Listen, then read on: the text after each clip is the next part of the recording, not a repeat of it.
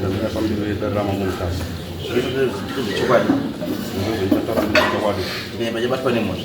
Ndani panchabatwa nemoto. Marari mbatsiro. Marari mbatsiro. Mambo pamusoro mambo. Ndinonzi rinositerera. Ndofunga ndakamboya futi munomu ndiri musungwa. Ndofunga muna April gore rino. Ndichipomerwa mhosva neMkwasha chisuko nenyaya yekuti anzi ndanga ndichimupfuma kuti akauraya hanzvadzi yangu. Chisuko hanzvadzi yangu yakafa neaccident. Ichazvawo mashure panyaya iyoyo. Hanzvadzi yangu yakafa neaccident. Zvanga zviri suspicious. Nemota yehanzvadzi yachisuko. Hanzvadzi yangu ichinge yamanikidzwa, zvandakanzwa kuti hanzvadzi yangu yanga yamanikidzwa kupinda muMota kuti iende kuchechi. Kuchechi ikoko havana kuzosvika. Saka hanzvadzi yangu payakafa chisuko akabva akwarawo seriously. Ndofunga kubva kubuda kuchipatara after 3 months. Pa 3 months ipapo panga paitika zvakawanda. Zvanga asingazivi because he was unconscious. Zvimwe zvacho zvinosanganisira kuti hanzvadzi yachisuko muridzi wemota yaimanejwa nehanzvadzi yangu neMkwasha wangu. Havana kuita body viewing. Hanzvadzi yachisuko haina kuita body viewing yehanzvadzi yangu. Havana kuenda kumakuwa kuburial site.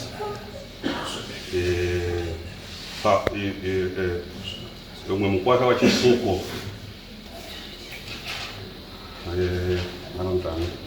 Chenai Moyo, John Chenai Moyo. Ndiye aifambisa nyaya idzodzo, ndiye akabvunza kuti hanzvadzi yangu yange yashaya.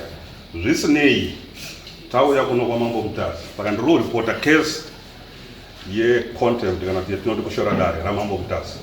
Contempt of court because pane zvatakataurwa namambo Mutasa pano zvatakawirana namambo. Ndozoripota case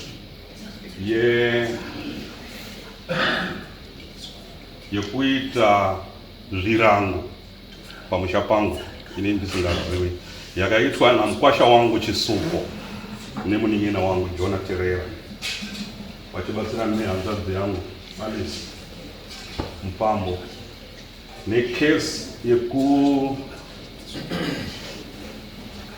yekugowa nhumbi yekurodza mwana wachisuko musikana wandaigara naye. Idzo nhumbi dzamai wake hadzisati dzagowewa dzakachasungwa dziri mumba.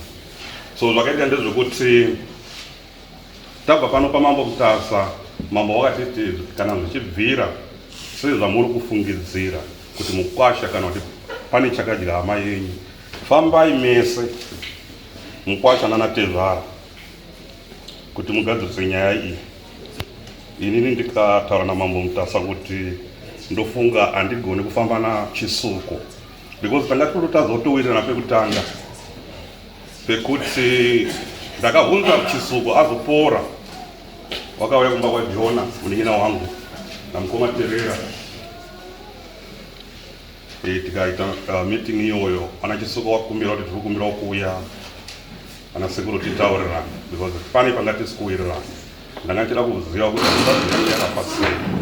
Saka chinonakidza ipapo ndechekuti chisuko muaccident imomo since he was unconscious haanga asingazivi, he was not aware of my events akasara achiitika iye ari kuchipatara. But ndopakabuda zvizhinji zvandinowa ndo zvimwe zvicho zvandakashandisa zvikuwa suspicious nezvanga zvachiitwa zvanga zvaitika kuwakwasha wangu against hanzvadzi yangu. Saka chisuko hapana zvizhinji zvaaiziva. Saka ndakasangana nemwana wachisuko mukuru anonzi Ana hapo. Akarota achitondifonera achiti sekuru ndarota mama wachiti pane munhu aichinwa nezvinhu zvipfeko zvemukati zvangu zvekupfeka imba ndakachengeta. Wari kunditi enda unonetsa wana wako. Ana wanditaurira hope idzodzo. Musikana mukuru uyo ndofunga musikana mukuru atoono wana wake ane wana 2. What I ndazvinzwa ndotaura sisi wangu Alice Mpambo to me is my half sister.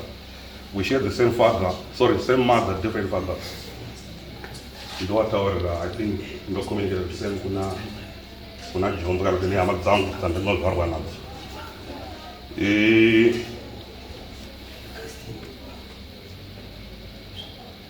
Ndo auya chisuko kwatiri akakumbira kuona pane guwa remukadzi wake ndikati uya $200 ndinhingiritini ndono ndoplana sei kuti uite sei uyo tizokurakidza kune guwa remukadzi wako auya ndopatakazombobvunza chichitsanangurira chii chakaitika zuva iri raita kuti hanzvadzi dzedu ife chisuko varikutadza kuwirana vateerera varapa achitoti iwe mudhara ndivani tobva tatonora hapana kwatinoenda chisuko alright fine ndofunga hapana kwatichaenda saka tichataura mari yenyu yamakauya nayo yenhingi yekundipa ikuti ndinokurakidza pane mukadzi wako handichakuperekedzei kunoona pane guwa remukadzi wako iwewe chenai mwoyo watumwa nemari iyoyo chiita sei chienda unorakidza chisuko feel free you are getting it from me saka John chenai mwoyo anonotaurira chisuko anoti hazvidi kuti tende pasina anateerera paguwa ipapo ndopavanodzaka futi wotry kuda kunegotiata fine zvamuda kutry kunegotiata chinditsanangurirai kuti handazengeka pasai zuva iri so chisuko nezvananga ndazwa nemwana wake wandaigara na iye akuroorwa uyu kuti mama sekuru parodzi paita accident mama hamo mota iyo ini ndakazoshamisika taita lots of inquiries kuti mama wacho wanga wari mumota wafira pasport chenai mwoyo ndakazondifonera sekuru ndiro zvaitika no fine it's okay so ini ndakazoita basa rese ndoenda kwarusape natirere ndokungana tite mairena Alice Mpambo ndokungana Jonai toenda kuningi kwarusape tonoita maformalities ese Mkwasha was unconscious yes ndakabatsira Mkwasha wedo but ndanga ndacommunicate nemukadzi wachenai mwoyo sekuru chiita basa iroro rese tozokudzorirai mari yenyu kana mauya kuno kumusha or fine so vananyaradzo wanga uri in areas vatry kubhadhara tovataenda kwarusape tasvika kwarusape body ring hakuna natete muridzo wemota no sorry no what alright fine pamwe tatenjeniwa tobva tapedza ndopazorota mwana wacho uyu arikutaura kuti mama ndarota vachidai fedha vana chisuko vauchida kuti tichifambidzana saka toda kubvunzana kuti tichiti fine hanzvadzi dzakafa sei handina kupindurwa alright chindipai mari yandakashandisa ikunonhingirikirina yemaexpenses Mkwasha ari kuti handiswezi then mambo takanga tapedzerana kunoku mambo wandicriticize wako wakandicriticize tichigadzirisana wachiti alright since muno kuti hamugoni kufamba mese newakwashawo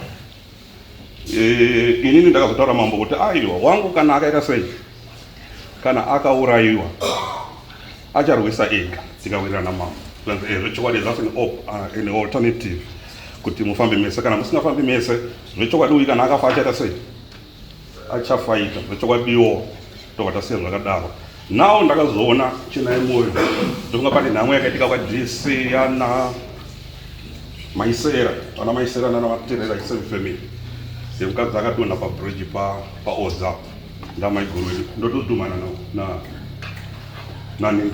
nachenai mwoyo tatitotese naterere but separate zvazvo awana sekuru ndakachida kuuyako muda kuuya kodini fine akandibvunza ini ndikati muda kuuya kodini kumba kwedu sekuru toda kuti tikuonei wateerera wakataura the same thing saka tatinedu mota dzakasiyana wateerera vanobvunzara ndaona Mkwasha achiti toda kuyako ada kuuya kodini haana kutsanangura ndoona naonaye uda kuuya kodini ndakataurira mukomana wachisuko ndichitaura uyo chenai mwoyo ndakataura mukomana mukuru wachisuko kuti maconditions angu ndi aya kuti titange kutaurirana nyaya dzatsitsidzo uyo wakafa pasina izvozvo musina kunditsanangura kuti sakafa sei musina kuti pamari iyi ngatimbomira zvekutaura izvozvo so ndinozonzwa later kuti kamusikana kandaigara nako akafadzi kakuda kane mukomana wake akauya akaita introduction kwandiri fine ndazviona chiendai munodini zvamba kuti muda kunoroora hamusi kunoroora ndini ndiri kutaura fadzi nemukomana wacho because kune hembe dzamai wenyu dzakaita sei dzakasungwa dziri kumboko zvamuri kuenda kunoita muri kunozivisa kuti tirerutsire ani tirerutsire Mkwasha just in case maformalities enyaradzo nenhumbi zvisati zvagoyewa zvinokudisturbai imi muri kugara mese uyo wangu muzukuru musikana ane pamiri saka panongoenda macomplication chiendai munozivisa so uronga madays hawo ekunozivisa I'm told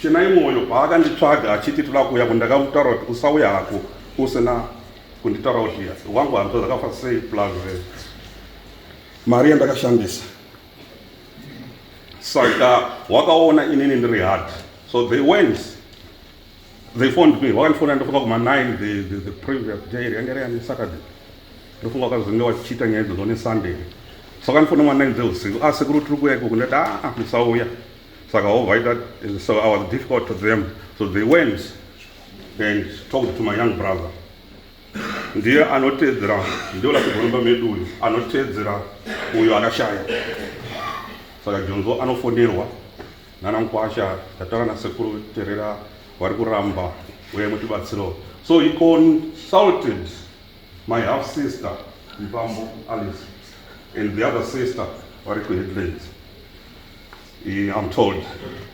vaconsulta vanonzi iwo uriwo Terera saka Terera uyu kana asiri kubatsira Mkwasha kuti vauye kumba kwako muye kuzopiwa inatizoti mari inobviswa ndechi because ndakandichiziva kuti kune zvinhu zvakasungwa zviri mumba saka hapana pataida kunoroora ndosaka ndakapa vazukurusikana neMkwasha zukuru advise kuti endai munozivisa because kuchine zvinhu zvakasungwa mumba fine isu tawirirana so I'm told ava waenda kuno wanga vachitaura namaiguru wavo Mkwasha wanga vachitaura namaiguru wavo ndopavanonzi wakapa advice yekuti Jonah can do that ngoma asiko but pekutotanga pandakasungiswa nenyaya iyo interesting pamambo MUTASA neMkwasha ndini ndakasungiswa hawana kusungisa Jonah fine ndo zvanga zviri normal nokuti ndini mukomana mukuru pautatu hwedu wana wekwaTerera saka wakapiwa advice which I think was wrong advice my sister the other sister vachipa uyu mukomana advice yekuti Jonah endonoita basa isusu tichaita mawitness so she went my sister kwaDC pamba pedu interesting pamba ipapo ndepangu because stand iyo yakatsvagwa namai wangu iri muzita mambo kwaDC so they went vawanopanana mari handisiziva kuti mari yei but ndakazonzwa tete vachinditsanangurira kuti yanga iri mari yeroora saka tete munotambira mari yeroora Terera achitambira mari yeroora ari 1 akatambira nani in any event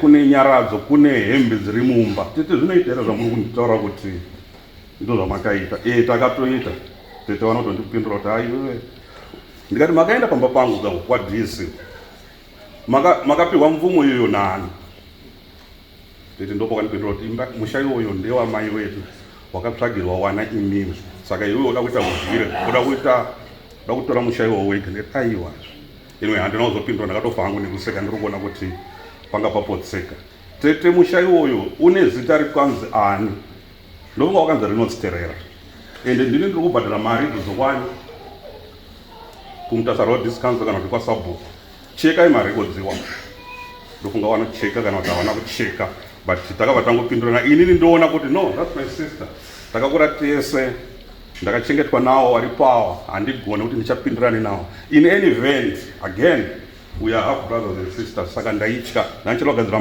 marelations akanaka saka ndakabva ndangomira ndikati regedza ndichitori the legal route ndosaka tauya kwamambo MUTASA saka like ndataura mhosva yekuenda pamusha pangu kwaDC inini ndisingazivi Mkwasha ndofunga wakakonzeresa nyonga because waona kuti inini probably I'm hard they went on and did whatever they did with my young brother wachitonzvenga inini ndakazotaura nawo Mkwasha akatonditi aiwa pamusha pako here papo ndofunga wanga wapihwa influence natete kuti hapasi pamusha pangu ndepa amai wedu, which was not correct. Musha ndewangu unonzi ndewarinosterera, that kind of thing. Saka tiri kuti izomota izomuna ndonyaya yangu mama. Alright. Uyu ari Mkwasha. But I remember tiri pasi peMUTASA. Tana Mkwasha uchidzoka uri muchipatara pakauzwa mukadzi wako nechii zvese. Ndava ndairemember tiri pasi peMUTASA. And tikawirirana zvatakawirirana takaita.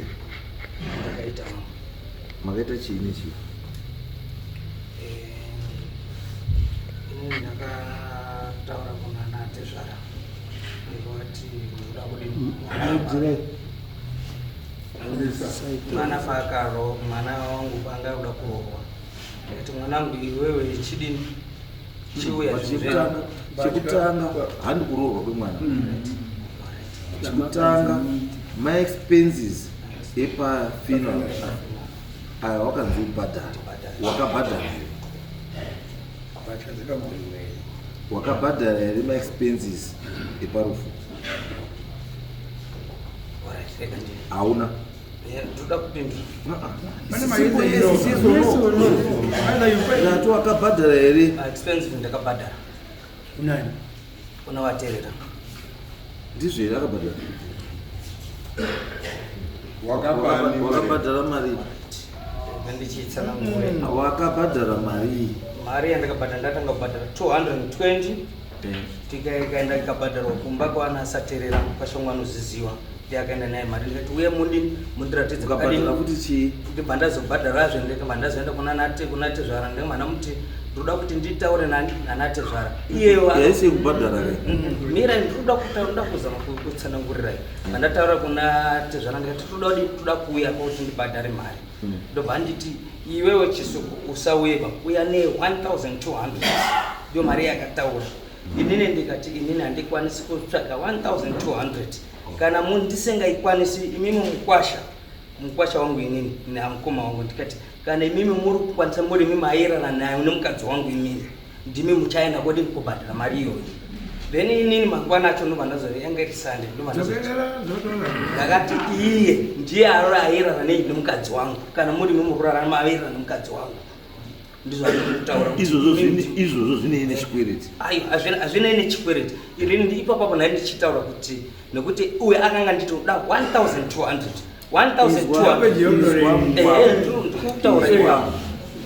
wati iwewe uyu akati auda 1200 yechii 1200 kwazi ndiyo mari yandiri kuda yandakuda kuti iwewe chisuku udini ubhadhara ndizvo zvakataura yechii don't know kuti ngechii iye anotaura aripo aiwa because nyaya yenyu meyanga iripo kuti uyu utikayo uyu ndiye akarana zipinda remukadzi wake kuti uye uripo handiti aripo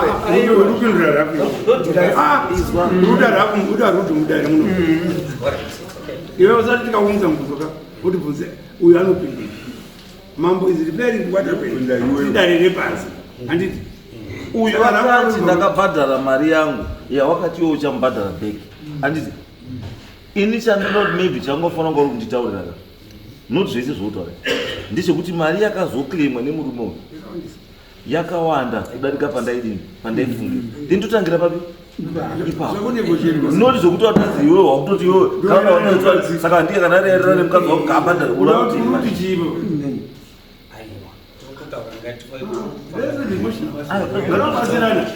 usaise maemotions kuda kutaura kuti mambo dambudziko rangu nechii nemurume uyu ndiri kuti mari yaari kudii yakuklema yakadii tochibvunzawo kuti can you justify uyu taunoti achipe chii achipe breakdown yekuti chakati ndakabhadhara chakati ndakabhadhara chakati ndakabhadhara zvatopera noti honde dzekuti saka honde yenyu iri marejista anenge akasika manje saka itoti kuti musaitirana zvechii zvehasha mukaita maemotions kapana kwamugwena cheki nawo makumaenda kopara imwe futi waenda kurodza mwana wako iwo mumba make futi without his consent waizviziva here kuti imba yamuri kurodza mwana wako ndeye make imba yake ende hembe dzichakasungwa. Hembe dzakasungwa. Ndina kurodza mwana wako kera. Ha? Naurodza mwana wake baba. Aiwa, utatu wako. Mwana wangu inini. Asi wakanomurodza mumbamani. Mumbamani. Wakamurodzera kuinini. Ndiko wakarodzwa mwana wako. Kupi. Kunyanga. Alright. Ko iwewe unorodza mwana sei hembe dzamai vacho dzakasungwa? Izvozvo ndakazvitaura ndikati ngawe iwe wakatadza kuzviita mambo wangu. Ndakaudza izvozvo zvamuri kutaura ndakazviudza ndikati mwanangu hazvigoni kuti tiite hembe dzamama wako dzakadini dzakachasungwa dziri mumba. Ndibva ndataurira vana sekuru wako kana mukabvunza ndini ndaitaurira mwana wangu ndoti dai angariko waitaura kuti zveshuwa ndizvakataura natete. Kubva ndati inini hazviiti kuti ndigone ndikati chitaura nana sekuru wako kuti watange wadini watange wabatsira tigone kudhuma mbatya dzamama wako then todini tozochironga kuti iwe uone kudini kurohwa mwana wako. Changa chiri kutadza kuti mbatya dzigowe chii? Chachiri kutadza ndechekuti sekuru kunana sekuru tatikurirana na sekuru mukuru. Asi wobva wazoenda na sekuru mudiki kuti murodze mwana. Asi sekuru mudiki akatadza kugwa mbatya. Ipapo pandina kwenda ndatotuma mwana wangu ine komana ndofuna makamona anga ari panapa ndikatomuti mwana wangu chienda kwanana sekuru utaure kuti hanzvadzi yakuda kurohwa. Mwana wangu akabva aenda. Mwana wangu mukomana ndobva auya vasvika akasvikira kumba kwake kwasekuru iye ndobva amutaura kuti baba wako chirodzai mwana wenyu chidini chimurodzai asi zvinhu zvamai musabate zvinhu zvamai chichaja zvanyu zvababa ndizvo zvauri zvatiri kuda saka zvamai musazobateba mungusiya pakadaro.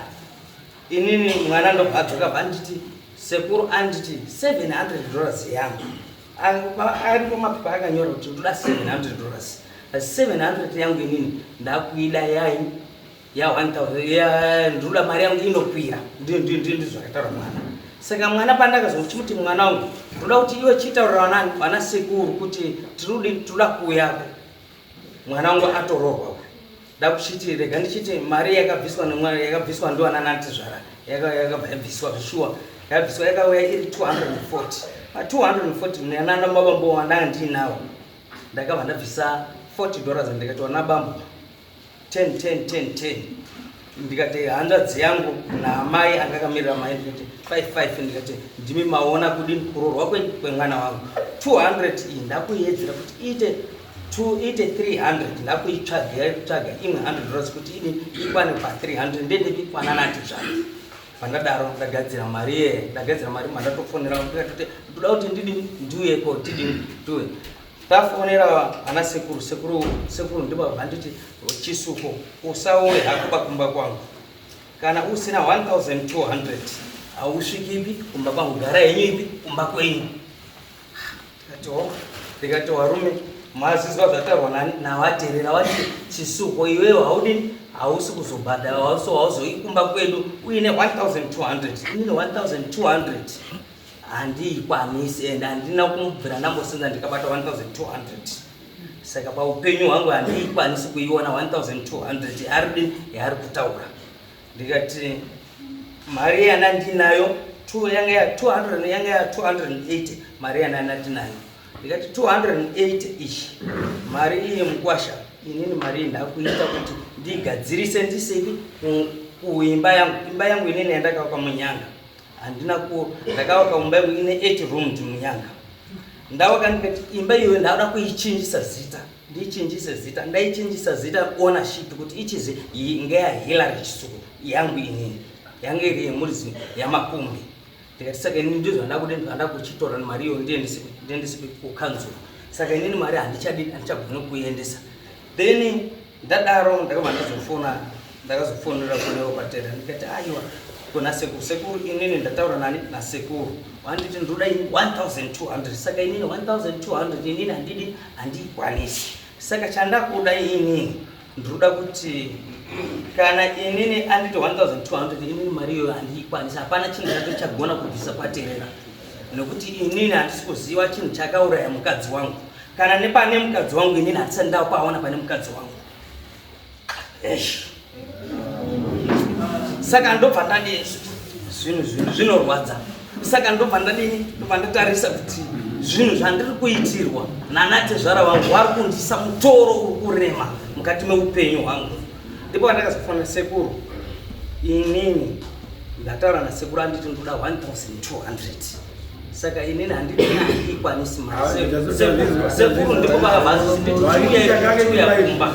Saka ndipo pandakazochienda kuna sekuru mudiki tobva tachironga zvinhu zvatakakufamba. Mapepa angu ndinawo andakaroora mukadzi wangu. Saka handizivi kuti chinyi chaari kundiitira murume. Hayi, hasi tezvara wangu pa. Amen, uchataura. Uchataura. Wakupenga manje. Hayi, handisi kupenga. Kana ndiri kupenga. Ngomuda ndomboro ine mwe. Ngaimoje zalo kuvinga. Nyaya inobva yacho. Unombofema wodzoka. Musaite chiki pasati.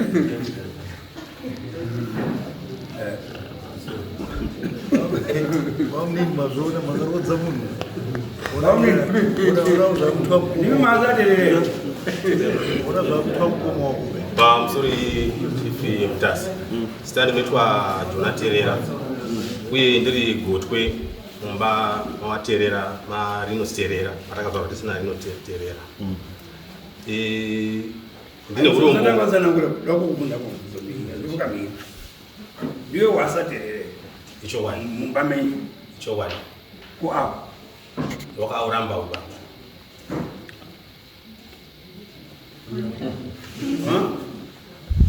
Ndiwe wato wakabva watopuwa uta wasaterere. Ndibvunza kuti ndo ababa here. Ndinoti ichokwadi.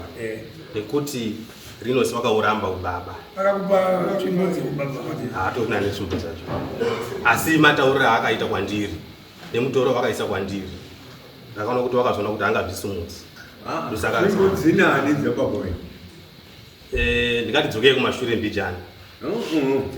Ndoti ndipindure ipapo. Ngopindura kuti dziri pakati chete. Dzinani zvimbo dzakasiyiwa namukoma Podzai. Mukoma Kirini wakashaika South Africa. Ndachida kuti ndidzoke kumbijana kuti baba vangu vane vakadzi 5. Mai wedu ari mukadzi wechitatu. Mukadzi wechi4 mumba mababa.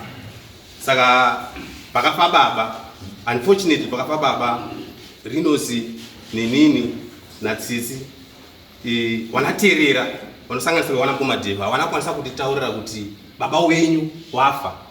Wewe kuti chime baba wenyu, asi taitenga mushonga tichitumwa na mukoma kuti endesa mushonga baba ari kurwara. Musi wafa baba hawana kutitaurira wanaterera wese. Asi budiro rakazoita nyaya ndeye kuti isati mumamutaro vamwe vakabva kubulawayo vamwe vakabva kupo kadarika nemamutaro vachienda kuviga baba. Isusu pakazobva munhu akabva kwakwambana kwahondi achizouya kutaura kuti ndauya kwamudari kuno kuti kutaura kuti baba wafa. Tikatochimedzana takatogezi tinongeze mabhegi 10 zvakanzi amutikuende takatoviga. Hatina kuenda namukoma. Hatina kuenda nasi hanzvadzi yangu yekushaika takaitaura kuti pamwe pacho hatisiyo waterera. Because nemhaka yetisina kutaurwa imwe misha yese yakataurirwa. Saka zvisinei hazvo izvozvo ndikada kupindura ipapo kuti tsvimbo mukomana mukuru anova the late mukoma Kirini ndiye akasara ari baba. Izvozvi wakafa kwasara mukomana mukuru mumba macho baba wedu kuti bara isusu mune mukomana mukuru anonzi Podzai. Ndodaira kuti ndiwo baba varipo. But zvisinei pakaita rufu. Mama mai wako iwe baba ndiye. Baba mai wangu ndinda baba ini. Nemhaka yendichidaro vamwe munganoditsana ngoni. Takanga tiri kurufu kwakafa hanzvadzi yangu. Takanga tiri kurufu kwakafa hanzvadzi yangu yemukadzi waChisuko. Urongwa hwese hwakaitwa. Pakanzi paroda kubuda baba, ndakamira namukoma tiri 2. Mukoma akati aiomira sababa 1. Ndakaenda ndakamira sababa ndakapedza. Handisi kuti ipapo ndakautora ubaba ipapo. Then ndakapedza zvose, wakasara vari kwaChisuko. kuti wazowe mangwana ndanda kumhanyira kuya kuti kubasa madhezi angu akawandisa then ndauya ndaakuno kwa kubasa pakaita nhauhwa yekuti Mkwasha wakanga wachifona kuti toda kuuya kumba tizosangana nemi mwanasikuru wachifonera inini kuti ndizosvise kuna mukoma ngoma ndichawataurira mukoma pese urongwa hwese waikumbira Mkwasha zvino zvese zvaitwa vichikumbirwa kuti Mkwasha tikumbira kuuya tikumbira kuti tizobhadhara mari kana kuti muzotaridze pane guwa mukoma ane imba yawo indotoloja watone imba yawo watone plot 17 cent but mumba mawo chaimo chaimo ari mumba mangu inini kuti ndini baba inini zvino zvatu zveubaba zvinoda kuti zvinoita wamba mangu arutiza kumba kwa kuti aitire mumba mangu saka inini ndini baba because zvinhu zvese izvo aramba kuzviita mumba mangu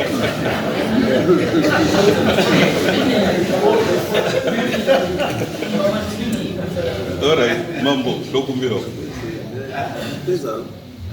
so tadaro pakaitwa kusungisana kwakaitwa kunoku takazvizvionera hangu paYouTube kuti ono nyaya ndokwadzari ende chakamire makapa advice imwe ndakafara kuti zvinhu zviri transparent makataura pamberi makataurira mukoma wangu ndisabuku zvakare kwarusapo kwawanhu kuti minda makataura kuti zvakanyanya kukosha kuti mufambe imimi neMkwasha nguva ichiri padhuze ivo wakaputisa murume akaramba pamberi pedare rino ratinoremekedza akaramba kuti ina ndikwanisa kufamba naye saka ndisingakwanisa kufamba naye mwana hanzvadzi yake mwana wake waruti mwana wake handiri kuti baba hanzvadzi yedu isusu uri kuti wakafa uchazvirwira hondo yake alright kana mwabvuma kuti wakafa uchazvirwira hondo yake ngatichiti uyu zvowauya kuti ndauya ne$200 wanasikuru chindiperekedzai chindiratidzewo pane uyu mari yacho wapiwa $200 waisa muhomwe wakuti munhu auya ne$200 uyu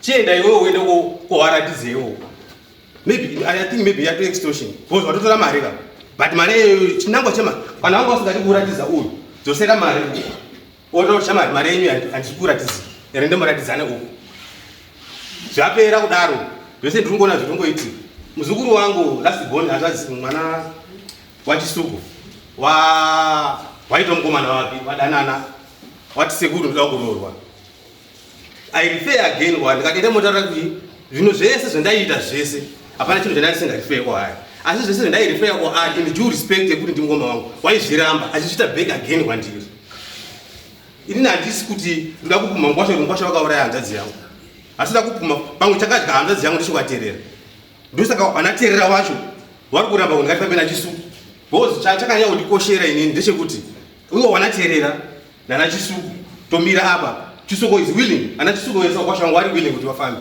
asi vanaterera kuti tisatifanbe muri kutyei kuti tifambe ngatifambe teseka ini ndiripo I'm willing tokumbira kubasa ndokumbira madhays kana kutora maleave days tofamba toona chakadya hama zviri nani kuti zvichiri padhuza because chimangwana chichabata mwana wangu chichabata kana mwana wake chichabata dzinza rese chadya mwana uyu handiti uyezve itsaona yakaitika handisi kuti ndikusapota Mkwasha kuti wakauraya hanzvadzi hapana munhu ngada kuti paite rufuchero rwaani saka tikuti kunyange zvazvo zvese izvi zvindataura Mkwasha mwana wake akuda kuroorwa ndakataura futi kuti vaona muzukuru mataura zvamadaura chizokayo handiti kuti ndiremedza muzukuru wangu nekuti 1 hembe dzakasungwa ende hembe dzakasungwa inini ndatobvawo handina kuziva kuti hembe dzasungwa takada zvekuzozwawo hembe zasungirwei waidza kujustify kuti hembe tasunga nekuti hatisi kuziva kuti hembe dzehanzvadzi yedu nedzatisuko ndedzipi nekuti mubedroom mavo wabuda chisuko wapanze ore hamusina kugowa hembe chiuye tivhure dho ramakasunga nemakii munawo chivhurai dho muchiti aizi ndo chisuko dzako ndedzipi zvachisuko dzoiswa mochisunga dzo saka hembe dzakasungwa handichazivi ndedzake kune matisheti ake varume mukadzi nemurume gonopfekera hembe saka pamwe dzake dzakasungwa futi anyway hatisatenderi kwese saka muzukuru akuda kuroorwa ndakati enda kotaura kuna nasekuru wakuru sekuru wakuru wakati hakuna zvinhu zvakada kufanira kuroorwa but chiripo chacho ndechekuti the moment atinoona patakasunga hembe dzehanzvadzi yangu kunyange kana chiwano chida kuti uyu akafa amuke haangamuki nekuti makatosunga kudhara ende kusunga kwakasungirwa hembe idzodzo dziri kusungira futi neupenyu hwedu isusu wacho tichifunga takasungira nachisuku uye zviri kusungira futi vazukuru wana wachisuku wacho wada kuti pamwe warorwo wachati havachati havarorwi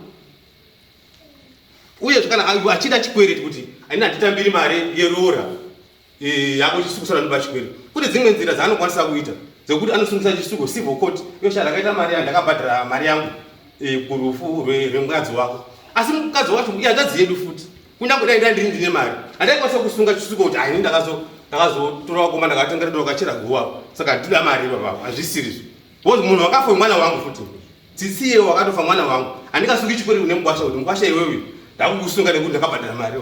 After all chisuka ngane policy yake yenyaraji. Unfortunately kuti yakasiro pezobhadhara. Saka the bill from 700 to 1000 something. Chisuko uyo hana mari kana ina handina mari. Hatisi kuti ndoda kuti chisuko asabhadhare chikwete choko. But ngaatsvage dzimwe nzira dzekuti asunge chisuko dzisindei nemari yekutora mari yerori. Because kuti tiite nyaraji kuti tigowe nhumbi. Ndofana kunga tapiwa mari yedero. Takaparadza nhumbi. Mari yakasara yerora haipo. Mudare rino makataurwa imomo. I think Rima Records. Kuti terera wakataura kuti chisuko waita mapoto na tsitsi nehanzvadzi yangu. Unfortunately chisuko wacho pamwe problem yetsaona inonga yakumuvhiringidzo wake. Ndosaka maybe ari kuita ma-emotion. But ndine mapepa ari apo ekuti tsitsi ndofunga dhetire apo akatanga kubvisiwa mari. Kunyange iri shoma akatanga kubvisiwa mari tiri kwaHondi kwamaiguru uko paina baba muna 99 pamusoro apo. Apedza kubvisiwa mari ikokoko yanga iri shoma. Asi tiri kuti Mkwasha watombouya. Saka Mkwasha wedu hapasina mapoto apo. Baba wakazoshayawo. Then Mkwasha akazouya futi akabvisa futi mari kumba kwaBhigi kuchikanga uko. Kwaterera kuchikanga. Akatambira mari iye kuti kwa asi mudare munore wakunyepera dare kuti waibika mapoto iwe wakambotambira mari. Saka hatidi kuti tipedze nguva yedare tichitadza kuita zvinhu zvekuti vanhu vadini zvinozvifamba. Zvakanyanya kukosha kuti tifambe kana dziri nyaya dzekuti tifambire hanzvadzi yakafa iyi. Ngatiifambire. Tese takabatana ngatiende pane kuti inini handakadai. Wakanditaurira nyaya yakanditaura kuti mutumbi watsitsi ndakazomisa njera mumaoko akafa ane njera. Takamisa anonzi mukofini kuti awigwe aine njera. Handida kuda kubvunza zvakawanda. Zvakatibata kuti ora kana chiri chino chatiri kuita chamuri kuti kuita semhuri. Why imi muri kuramba kuita kutipinza involved. After that funeral wakabuda Bigi na Mkoma David na wakadzi wao wari tu wakafamba wakaenda amene wakudora ina kubosha wakafamba wachipambira nyaya ya tsitsi yoyo. Takazvizwa na nemukadzi wangu wa Bigi maipanasha azondera kuti bamunini ndikunetsa hangu na asipane nyaya kale takadaisa. Alright kana maida kufambira nyaya ya tsitsi mazofambire imega ore masima handisireni pamwe handisowaterera bosi pamwe ndosandakasiya ndosaka muchizwa achitaura half sister of which but vanoenda kuna zvinhu zvakadaro. Saka ndinotaura kuti zvinhu zvese zvizhinji zvaanonga achiita ngaasaite aine mwoyo weutsinye. Kana tida kusunga uyu ngaasunge uyu nyaya dzichikwereti nyaya yofamba uyu warara uko tsitsi uyu ozorora murugare. Kana achimuka omuka kana aine zvake zvinokwanisa kuti tiite tofamba semhuri toona kuti chauraya umwe ndechipi. Then nyaya yamwe yari kundisunga yekuti wakaita chiwano pamba paDC pari kuti pane zita rake. Imba iyoyoyo stand iyoyoyo haisi stand yaBhigi. Because takatarisa makore if I'm not mistaken it's about 33 years izvozvo mai wafa. Pamba ipo hapana chakaitwa. Chakangoitwa chete pamba ipo papo kugura stand yakatofenzwa pane pakatotowa imwe piece of the land. Asi before that takatovirana naBhigi kuti handitogurirane akabvuma kuti tiende pakazoitika zvinhu zvakazotimisa takaratidza kuenda. Iye atori willing kuti atokoti pako pakwapo. Takatovirana kuti iwewe kutaura inini kuti ndiwo chatora pane dzimba. Pane dzimba pacho tinoona kuti kitchen yakadonha yakapwanyika. Zvidhina zvese zvakabiwa. Zvese hapasina chinhu toilet yakadonha. Pari kuti pamba pake pacho asi inini pandakaenda nawakwasha ndakasvika ndakakumbira ndakaenda kwa sabhuku mandeni. Ndakati sabhuku ndiri kukumbira ndoda kusvika pamba. Asi ndazwa kuti pane fence iripo. Kuti ndafambira haisi kuti ndiye ndakagura pamba kuti munhu ndewani. Ini ndafambira ndinyaya dzangu ndadoita nawakwasha wangu. Ndakakumbira wari pasi mai wari pasi because pandinogara pamushepo papo it's almost about 200 million nepamasapurika pamakuwo panoka pachiwaniko pamakuwo pakavigwa mai. Ndakasvika ndakakumbira kuti mai ndakutambira mari yemwana wenyu makabara. Asi ndine musodzi mari yandikutambira pana panhasi ndichada kuti ndiwake kitchen yadonha. Ende mari izvo zvacho zvakaitika ndakatora mari iyoyo ndakaenda ndakatenga zvidhina ndakaisa. Sasa ndapedza ndikuronga zvimwe ndakatodzine muzukuru wangu anditafuta zvokutengesa tenga. Ndakati ndichakupa ma-door frame ndakati no ndinoda kupa mari because ndiri kugadzira mushoyo kwadzera kwete kwazvisu. Ndakatenga zvinhu zvino ndakabvisa apo. Ende iye wakazokwira futi akaona ndakapakwaza ndakabatsirwa natisi wangu ndakatora vamwe vanhu tichienda open down nemari apana mari yandakadya kuti akaisa mari imwe kuti akapewa mari inyaya yekuti ndachigadzira pamusha pakasiwa namai pane almost about 33 years munhu achikoklema kuti ndepangu pasina zvaari kuita izvozvi zvipane fence saka wakatogura pakega asi izvozvi zvisina kuclaimi kuti ndepangu ende pakati takatarisa kuti according to law kuma-90s early 90s natitarisa angu valend kuti munhukadzi angasina simba chacho kuti anzi une lendi yake baada kana ati zita riripa mai wakaisa zita rake kuti semukomana mukuru angari but by that time angani 14 years pakakwaya that land ende land iyo mai havana kutenga wakapiwa nana sekuru wavo ana sekuru bukuta kuti iwo sinzi waroorwa pabarika wanga wakaziwane kumba kwawakawake wane murume iwo takuchikupowa apa mai vachitoti tsvaga land iyi kuitira kuti imimi wana bigi natsitsi nenini jona because ana Alice ana Richard nana Win vanga wagara watone dzimba dzavo vari kumabasa kwavo and by that time didn't less but I think that's about 4 years here according to about 5 years according to my calculations that sheet saka munhu nhasi izvozvizvi uri kuti makauya pamba pangu izvozvi mambo ndinoramba basi pamba pangu asi kana ataura pamberi kuti aiwa pamba pangu ndingatibatwe nemhosva ndakauya pamba pangu tosiya ainemba yake asi izvozvizvi mwedzi unoitoka tiri mwedzi wemagamba edu ndikatenga here maruwa uko kundakwenda kwesa pagowa ramai ndisikasviki pamba ndokwenda nekumasabrika kuti hachasviki pamba hachabiki tiasedesi though the reason why ndakatambirira mari ndichigadzira kitchen kuti ndiwake kitchen all the same kuti ndikwanise kugowa nhumbi dzatsisi hirari uyu unofanira kungapedza abhadhira rora rikwayo ende kana chiti zvanzi uyu ana kurora mapepa ari mai zvamai zvese zvakabhadhara unozviziva vakabhadhara zvakatobhadharwa zvese saka aibika mapodhero amainoshangamira mambo ndiri kubatsirai vijana pane pandironga kubatsirai pamuda kuti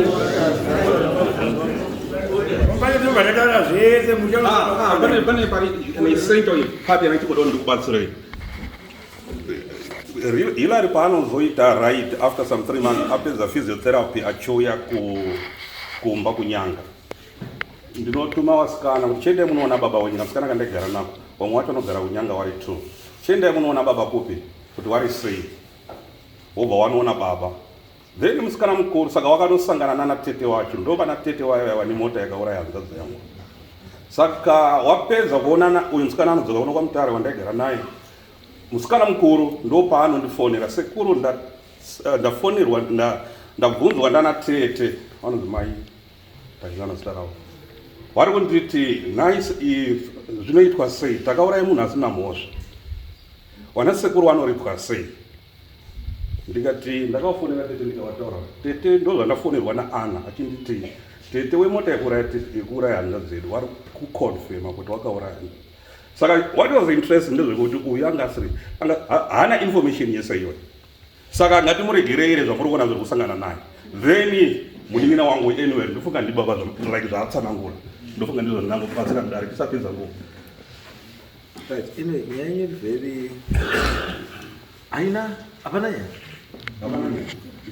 nyaya chaichayo hapana because chingoripo Mkwasha ona kumedzi wakatodota dobhadhara but chikudiwa chiti choti chii imi sekuru kana kuti Mkwasha bhadhara ngaabhadhara zvinhu zviri reasonable zvinoenderana nemaexpenses emakaita musawedzera zvisipo and on top of that ndiri bit skeptical panyaya yekuroorwa kwemwana uyu your involvement on sekuru is too much involvement yenyu ana sekuru kuroorwa kwemwana wake yakawandisa because mwana aswenyu ngewake mwana wake leti mndu zvaoda kuti naiti nemwana wake asi iye achiita zvaari kuita nemwana wake he must be very mindful kuti ndine chikwiriri kuna mai wacho wemwana akakanganwa manje kuti mai wandiri kurodzera mwana ndine zvinhu zvakati nechakati chandisandaita sei ndapedza then it becomes a problem tikuti isusu mutemo zvaunotaura chiwano chinoti mwana anokwanisa kuroora mai wake ndo chiwano izvo kuti mwana asikana achiroorwa handiti mai wake kana anga asina kuroorwa mari yaroora mwana inokwanisa kutorwa kunoroora mai ndizvozvo. Yes. Saka isusu tiri kuti uyu aroora kana mwana aroorwa anditi ngaashandise part of that kuti asettle chikwereti chani chamai vavo. Asi chiri critical now, it's not about zvese zvemari. Mari inouya inopera, inotsvagwa inopera. Relationships, the relationships dzaMkwasha naTezvara nevazukuru zviri very important. Because chandoziyeni mupenyu, you need each other. Pane pamuchadana papa, pane pamuchatsvagana chete. It is kuti musamirire time iyoyo kuita sei yekutsvagana. Musamirire garai matsvagana because izwe bambuka. Mimi ndikutaura ibaba. Bambo mbona vanhu vese wamuona wese vanamukomana waningira neshinisa musafumboti wanowirana avawirirani ba asi chinounza pamwe chete pfungwa chete dzonguti mwana wamai wangu mwana wababa wangu ivi nyangu wakarasika uko ivi nyangu kana ari kurohwa musikatauri mese musikaiti sei asi ukaona ari kurohwa unotopindira because mwoyo wako unotokutaura kuti pindira anditi hama inhekete usazokande munozova pamuzana izvo mutira muri tukodema muri 5 ndikumbira zvekuti mambo mirai baba ndati muri tura kodema muri 5 mambo murutaura zviri kunakidza ndo zvandionza kunoko dambudziko mirai muzi mambo dambudziko nderekuti uyo ari kupiwa advice namupambo who is not terera, which is the wrong advice. Hatirodzi muzukuru kana kuti muzukuru haarodzi kuine hembe dzakasungwa kumbaoko. Anditi hatisikuita mere mambo apo. Aiwa, apo tiri saka kuti uyafurirwa zvachinotaura. Tini toti musho sakasvipa. Musho sakasvipa. Kana muchato chavo. Ndo zvandikutaura. That's tradition. Because mukaona izvozvo ndo panozonzi pai maita sei. Inonzi ishona izvo. Madarikira. Yes. Madarikira. Imwe point yakakosha ndekuti pamwe mukomana baba tinokonochinja zvimwe zvinhu pane zvasikagona kudini kuchinja mukomana udelegate but tese tiri panapa panapa kuti kana kuzwa maeji ari panapa tiri mabheji ari kutodelegatwa nevakuru urunzwa bigger brothers hurumende chese dziripi hadzimhanyi iwe unomhanya yovene ndiwe pamunini ndiwe baba is grooming is your brother hani vandari ndini ndasamusha bonda tumwana mukoma kuti aramba ubaba ndini ndapa pausiterera daiwe saterera dai pakasiwa uta uri pane mujinga ndodangwira baba wewe ngatikozvispekta akakutuma akakuoverusa zviripo nelanguage nei nevari kuisa politics dzavo but don't forget kuti pane paunozomira wasiweterera baba saterera uripo then chanada tibatsira dzikisapo kwavo chanada tibatsira muri kutiko nenyaya yekubhuya kwembashiri ini ndiri kuti no tikadaro kuna shona yakadaro murume uyu munomuda regezai mambo isanyebeba dzinozokumukira tiri kuti isusu ndati imwe tiri kuti nenyaya yekubhuya kwehembe izo ngwatsinodai apologetic mukwamba aita plan B. Plan A is very difficult, plan B is very soft and arutaurikana yanditi but chakakosha ndechekuti kana panoda kugoperwa pane kugoperwa tase kuti madairemukosi yekumira kuti achikatigove niupi inini mukwambo chinopere pane nyaya dzangu irera muri kuona wanateerera pane nyaya dzangu inini wanateerera padziro an accident is an accident. And treat it as one. And treat it as an accident. Yes, it's part of us. Shekuti kana munhu afa panombozika timbofana kuti afa nei. But pamwe pacho kana accident ichi ngatitite chi kana paine something chiri behind chinobuda achitadzi kubuda chinobuda. Saka tiri isusu ngatisabva tamisa zvinhu zvakawanda zvokuti tiende mberi nenyaya yekuti pane accident yekuti tete wazofira motikari wafirire motikari. Guys, there are so many people who have died nemotikari. Saka tikadaro chete takunotsvagana nezvinhu zvisinei takunotsvagana nezvinhu zvisina basa nesu because pamutasvika pamuprofita pamwe muprofita haashayi zvekutaura pamuri kuenda kun'anga pamwe n'anga haipo saizvi kutaura anokwanisa kusataura kuti ndimi muri 2 one of you handiti kana kuti Mkwasha handiti kana kuti hatazive Mkwasha asi anotokutaurai kuti sekuru wenyu aigara uya akazodai kuMozambique akadai maakutangiswa kuita chimwe chino mudorododo zvimwe zvinhu zvamusinei nazvo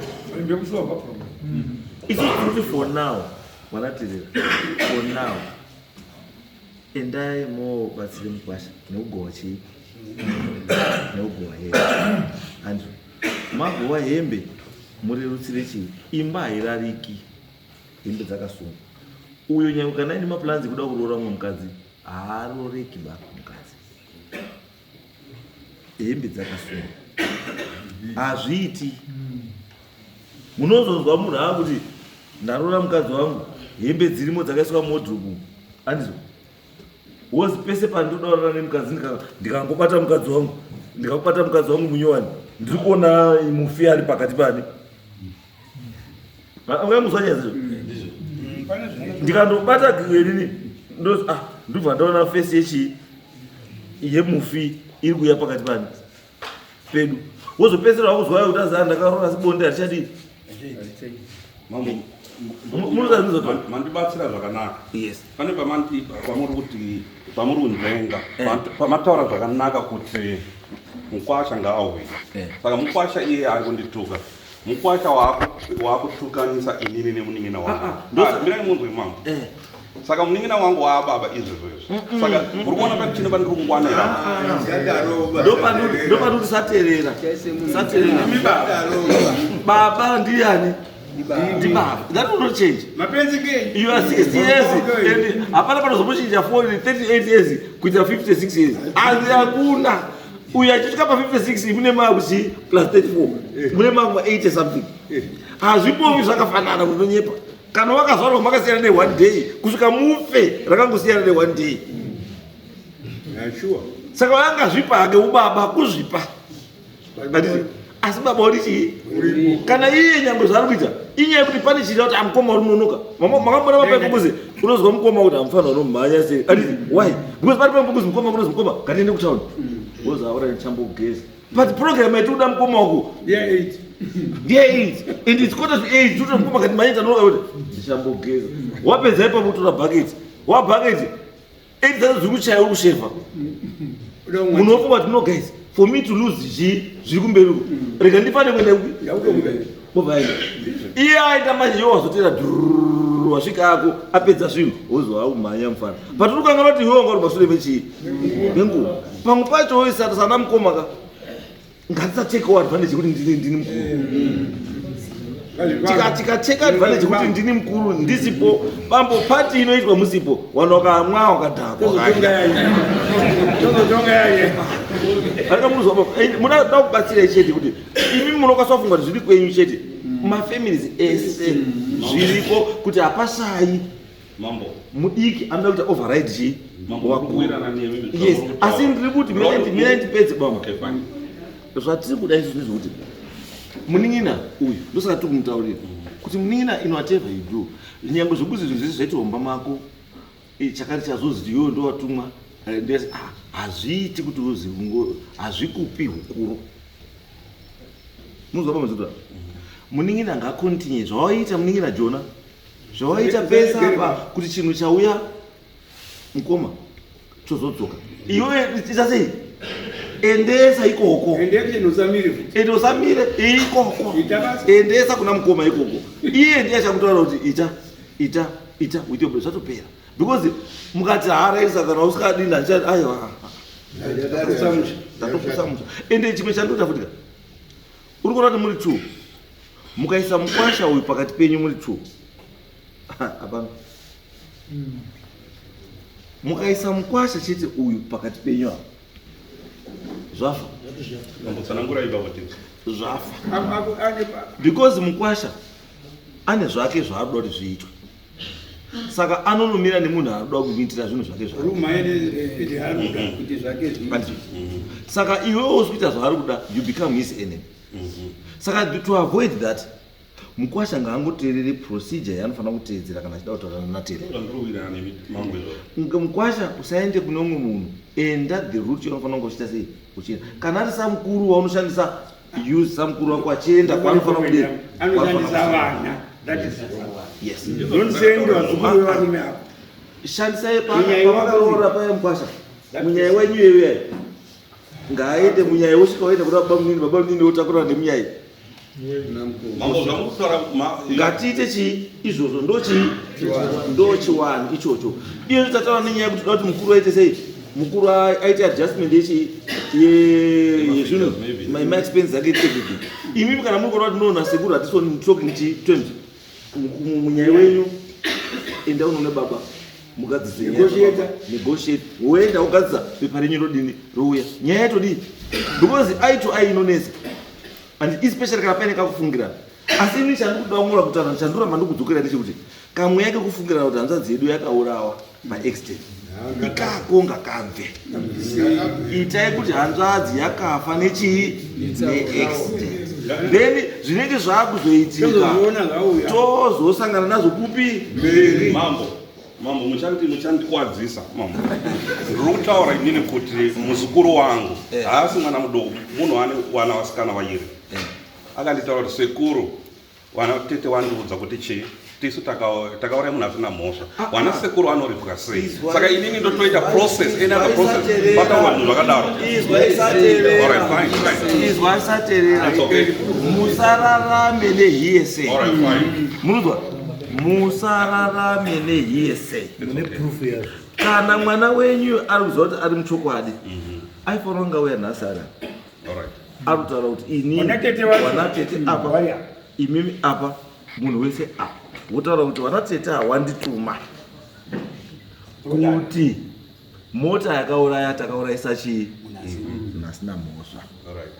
Then wanateerera motangira papi izvi kuti munhu wani ari kuuya ari kunokutaurirai muri chii kuti muri wani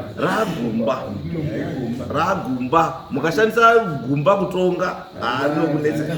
Imimi zvamunai pakaita manje semukuru futi mudai makati mwana wepakauya achitaura kuti ndo zvanotaurwa nanatete, mudai makadaidza chii, makadaidza wanatete wanani wese wamwesa kwamati mwanangu ya dzokorora zvawadi. Mambo ndikubatsira ipapo mwana wachisuko musikana mukuru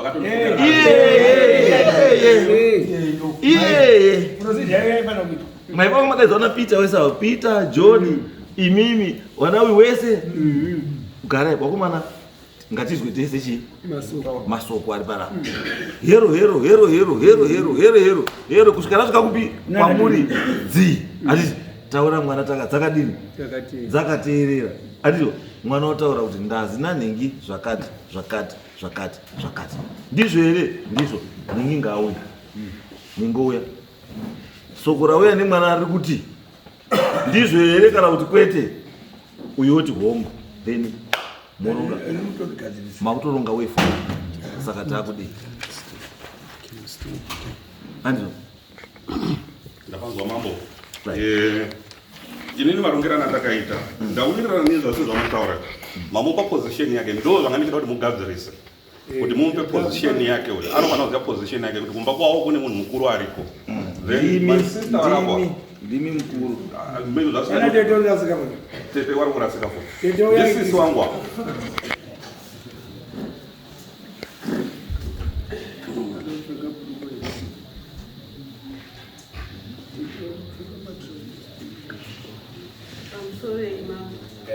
Ndiri Alice Mpambo, hanzvadzi yaJona naRinosi. Mai wedu ndo wamwe chete, takasiyanawo nababa. Mai wangu wedu wanga akaroorwa kweri kwaMpambo wachibva wasiyana nababa wedu, wachibva wazoroorwa naSaterera. Ndandichida kungotaura pamusoro pestand yekwaDC yakanyorwa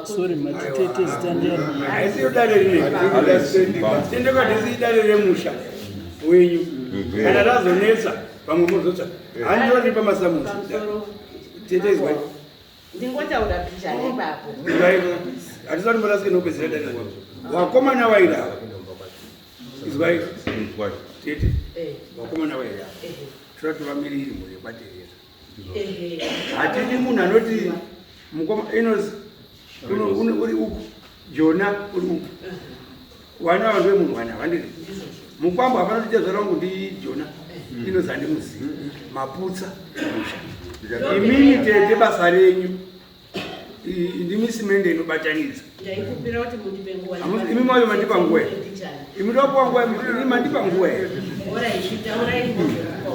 zvandambopa kuti ndichasimuka mitaura hakuzi kutora kuti chapo kuenda kowhatsapp abatanidzwa nama kumvura kudai ndiri kupa ndichasimuka mibatanidza ndikufara kuti wana wamai wangu wadini mabatani nyaya dzekuzipita mastories dzinodivhaida vanhu dzinoputsa dzimba imimi are supposed to be the same inobatanidza Mkwasha murume wenyu kwa mbatanidza inonaite zvavo hazvina basa ba matauriro ayo yenyu izvaitete saka hana mukana zichapura matobata mutorika mukalevhu kwamutori nakwandismasunga muri ndazi hafu ikako masunga muri hafu chirungu chirungu hamusista chi pachishona hakuna language hakuna asi pachirungu hafu mazi hafu pamutora ndi hafu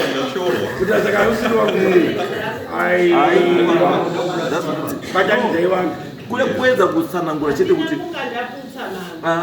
ndosati kuti imimi tete chiita iso ini zvandanda kufunga kuti nyaya yenyu inyase kupera tisvike pekuti ipere nyaya ndoda mwana nyangu kutaurira imimi kuti awa wakati takauraya munhu asina chii mhosva newatauriwazvo tivatapedza nyaya tokupai wefa wacho Mambo, mina ndikubatsira ipo kaka. Mambo, ndikukumbirawo.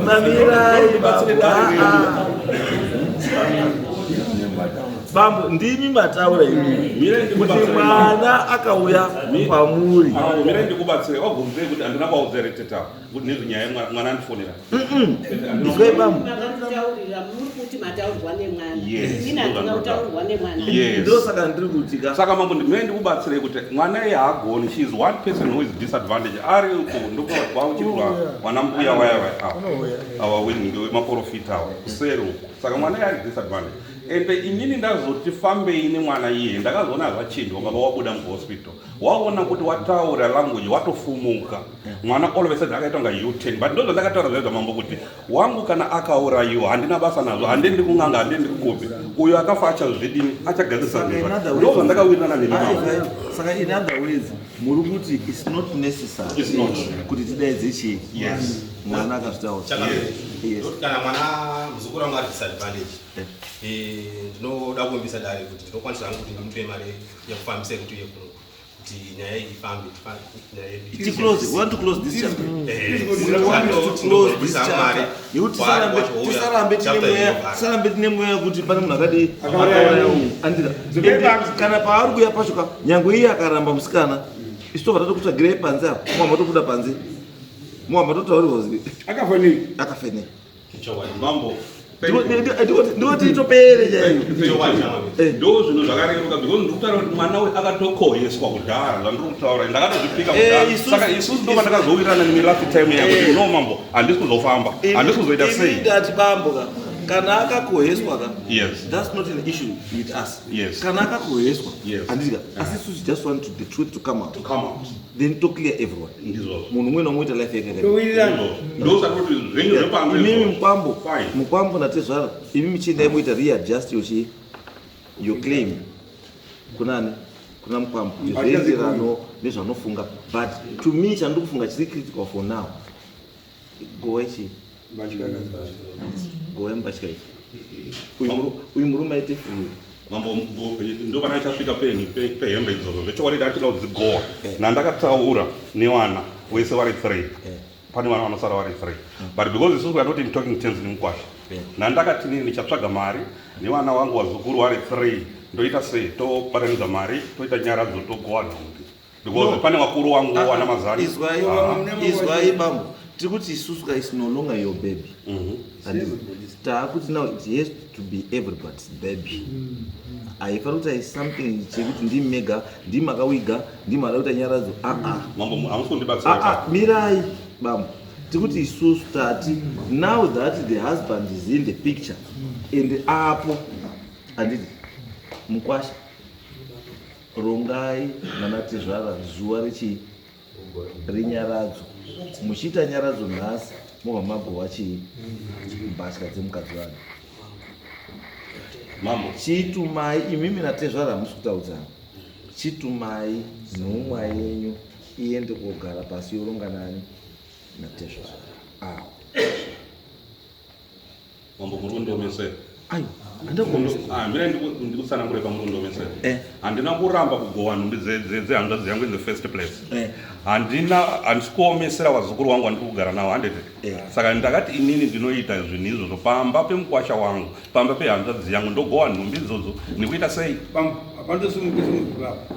ndogowa nhumbi idzodzo nenyaradzo iyoyo izwaibambuka you cannot foot that bill remurume wemunhu murume wacho haapo pamakapinda muchiviga munhu because munhu anga hospitalized anditi it was an emergency ndosaka makapindira anditi now that he is out anditi kana iye ari kuti nyara dzaari kuida asi haana mari dzose let him come to you achikumbira for those resources not kuimimi kuzimuti zvitimi ndini ndoda kutozviita no mambo ndaurira ndizvozvo yes but when he is not saying the truth about how my sister died ari kundinyara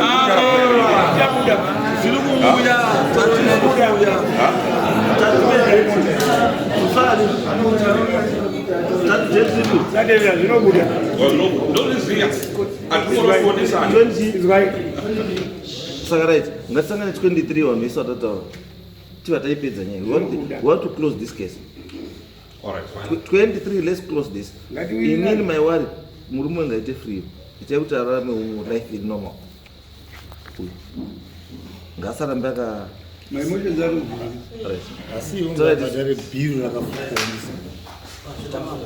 timomira dauzo matiba ndisawane okay